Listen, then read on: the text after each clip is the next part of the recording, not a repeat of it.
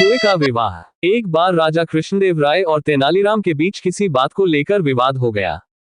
तेनालीराम रुठकर चले गए। 8-10 दिन बीते तो राजा का मन उदास हो गया। राजा ने तुरंत सेवकों को तेनालीराम को खोजने भेजा।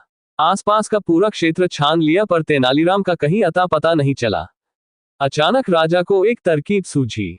उसने सभी गांवों में मुनादी कराई, राजा अपने राजकीय कुएं का विवाह रचा रहे हैं, इसलिए गांव के सभी मुखिया अपने अपने गांव के कुओं को लेकर राजधानी पहुंचे।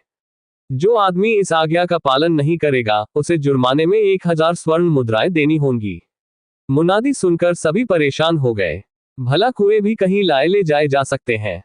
जिस गांव में तेनालीराम भेष बदल कर रहता था वहां भी यह मुनादी सुनाई दी। गांव का मुखिया परेशान था। तेनालीराम समझ गए कि उसे खोजने के लिए ही महाराज ने ये चाल चली है।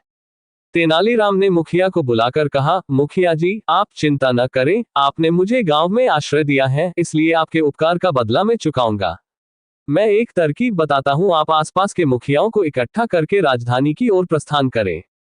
सलाह के अनुसार सभी राजधानी की ओर चल दिए। तेनालीराम भी उनके साथ थे।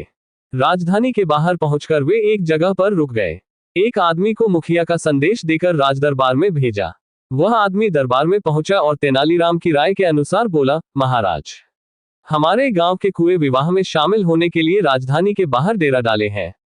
आप मेहरबानी करके राजकीय कुएं को उनकी अगवानी के लिए भेजें ताकि हमारे गांव के कुएं ससम्मान दरबार के सामने हाजिर हो सके। राजा को उनकी बात समझते देर नहीं लगी कि ये तेनालीराम की तरकीब है। राजा ने पूछा, सच सच बताओ कि तुम्हें यह अक्ल किसने दी है? राजन, थोड़े दिन पहले हमारे गांव में एक परदेशी आकर रुका था, उसी ने हमें ये तरकीब बताई है, आगंतुक ने जवाब दिया। सारी बात सुनकर राजा स्वयं रथ पर बैठकर राजधानी से बाहर आए और ससम्मान तेनालीराम को दरबार में वापस लाए। गांव वालों को भी पुरस्कार देकर विदा किया।